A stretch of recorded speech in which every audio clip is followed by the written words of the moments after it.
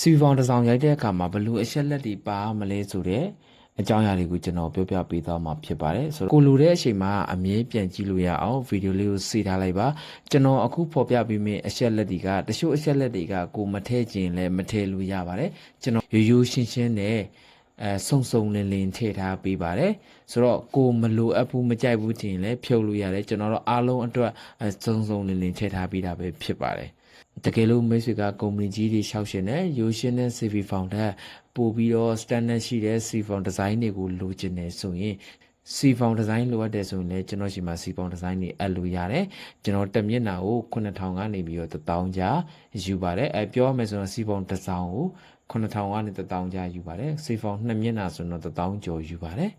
ဆိုတော့ကိုယ်တိုင်လုပ်တဲ့အခါမှာဘယ်လိုအချက်လက်တွေထည့်ရမလဲဆိုတာကိုကျွန်တော်တို့ကြည့်ပါအရင်ဆုံးကျွန်တော်တို့ကိုကြီးအချက်လက်ထည့်ရမယ်ပေါ့နော်စောစောလေးထည့်ရမယ်ဆိုတော့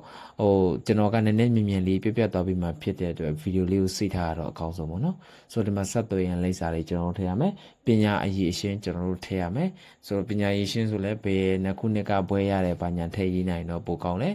စီပေါင်းမရှိခြင်းတော့လိုရင်းတူရှင်ရေးလို့ရတယ်ဒါပေမဲ့ကိုကပို့ပြီးတော့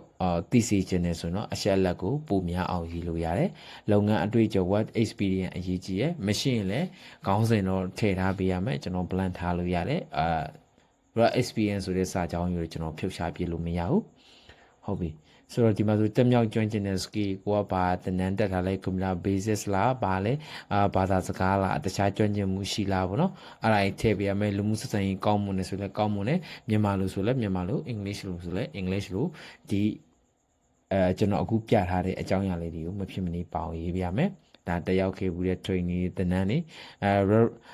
ဒီမှာကြတော့ထောက်ခံပေးမြည်တူပေါ့နော်ဆိုတော့ဒီမှာအကြောင်းအရာကတချို့မထဲတဲ့သူကျွန်တော်သိတော့ကျွန်တော်တို့မြင်တဲ့လောက်မထည့်တာများတယ်ဆိုတော့ထည့်မယ်ဆိုရင်လည်းရတယ်ထည့်မယ်ဆိုရင်တော့ကိုဘယ်သူကထောက်ခံပေးတာလဲကိုရခင်လောက်ခဲ့ဘူးတဲ့ကုမ္ပဏီကလူကြီးတယောက်ရဲ့နာမည်အချက်လက်ကျွန်တော်တို့ပေးလို့ရတယ်ဆိုတော့ဒါပါပဲဆိုတော့ကိုယ်တိုင်လည်းကွန်ပျူတာတစ်လုံး laptop တစ်လုံးရှိတယ်ဆိုရင်ရုပ်ရှင်တဲ့ C phone တစ်ခု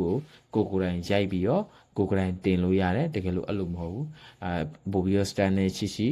C phone လေး CV phone ကိုမြင်လိုက်တာနဲ့အလုံးခန့်နိုင်တဲ့အနေအထားတစ်ခုထိတွားချင်တယ်ဆိုရင်တခြား C phone တွေနဲ့ရှင်လို့ရှိရင်ပို့ပြီးတာလွန်ကောင်းမွန်နေတဲ့ C phone လေးတစ်ခုဖြစ်ရှင်တယ်ဆိုရင်